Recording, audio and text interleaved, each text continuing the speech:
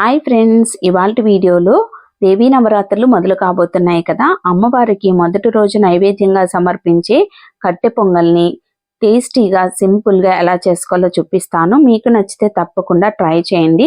ఒక కప్పుతో పెసరపప్పు తీసుకుంటే అదే కప్పుతో 3/4 కప్పు బియ్యం తీసుకోండి. పొంగలి చాలా టేస్టీగా బాగుంటుంది. తీసుకొని ఒకసారి వాష్ చేసుకున్నాక స్టవ్ మీద కుక్కర్ పెట్టుకొని ఏ కప్పుతో అయితే పప్పు బియ్యం తీసుకున్నామో ఆ కప్పులో సగం నెయ్యి వేసుకొని పప్పు బియ్యాన్ని ఒకసారి వాష్ చేసుకొని కలిపేసి ఇలా చక్కగా దోరగా మంచి అరోమా వచ్చినంత వరకు పప్పు అనేది కొద్దిగా రంగు మారేంత వరకు వేయించుకోండి. ఇలా వేయించుకొని నేతిలో వేయించుకొని చేసుకుంటే చాలా బాగుంటుంది.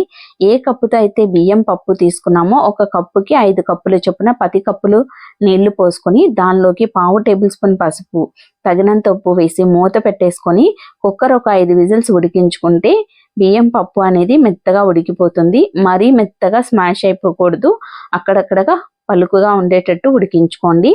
తర్వాత పోపు కోసం స్టవ్ మీద బాండీ పెట్టుకొని 1/4 కప్పు నెయ్యి వేసుకుని 1 టేబుల్ స్పూన్ చొప్పున జీలకర్ర, గచ్చాపచ్చగా దంచుకున్న మిరియాలు, సన్నగా కట్ చేసిన అల్లం వేసి దోరగా వేయించుకోండి.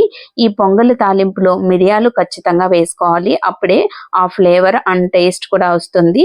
తర్వాత దానిలో సన్నగా కట్ చేసిన ఎండుమిర్చి, పచ్చిమిర్చి, కరివేపాకు ముక్కలు వేసుకోండి. ఇది కారంకి తగ్గట్టుగా వేసుకొని జీడిపప్పు కూడా వేసి పోపు బాగా వేగిన తర్వాత ఇంగువ వేసి వేయించుకొని దీనిలోకి ఉడికించుకున్న పప్పు బియ్యం అన్నాన్ని కలిపేసుకొని కొద్దిగా గట్టిగా ఉంది అనిపిస్తే కొద్దిగా వాటర్ వేసుకొని ఉప్పు వేసుకొని కలిపేసుకొని మూత పెట్టుకొని ఈ పోపు అంతా అన్నానికి పట్టేటట్టు మరొక 5 నిమిషాలు లో ఫ్లేమ్లో ఉడికించుకుంటే టేస్టీగా ఉండే కట్టె పొంగలి రెడీ అయిపోతుంది.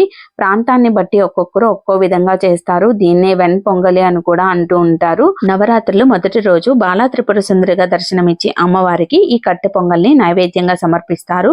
ఈ కట్టె పొంగల్ని మార్నింగ్ బ్రేక్ఫాస్ట్ గా చేసుకుంటే సాంబార్తో కాంబినేషన్ గా చాలా బాగుంటుంది. లేదు అనుకుంటే నిమ్మరసం పిండుకొని తిన్నా కూడా చాలా టేస్టీగా ఉంటుంది. స్పైసీగా మిరియాల పొడి వేసి చేసుకుంటాం కాబట్టి సూపర్ టేస్టీగా ఉంటుంది. పెసరపప్పు బియ్యం వేసి చేసుకుంటాం కాబట్టి ఒంటికి చలవ కూడా చేస్తుంది. మరి ఈ రెసిపీని దసరా నవరాత్రిలో మీరు కూడా మొదటి రోజు తప్పకుండా ట్రై చేయండి. అలానే ఎప్పుడైనా బ్రేక్ఫాస్ట్ కూడా ట్రై చేయండి, సూపర్ టేస్టీగా ఉంటుంది సాంబార్తో.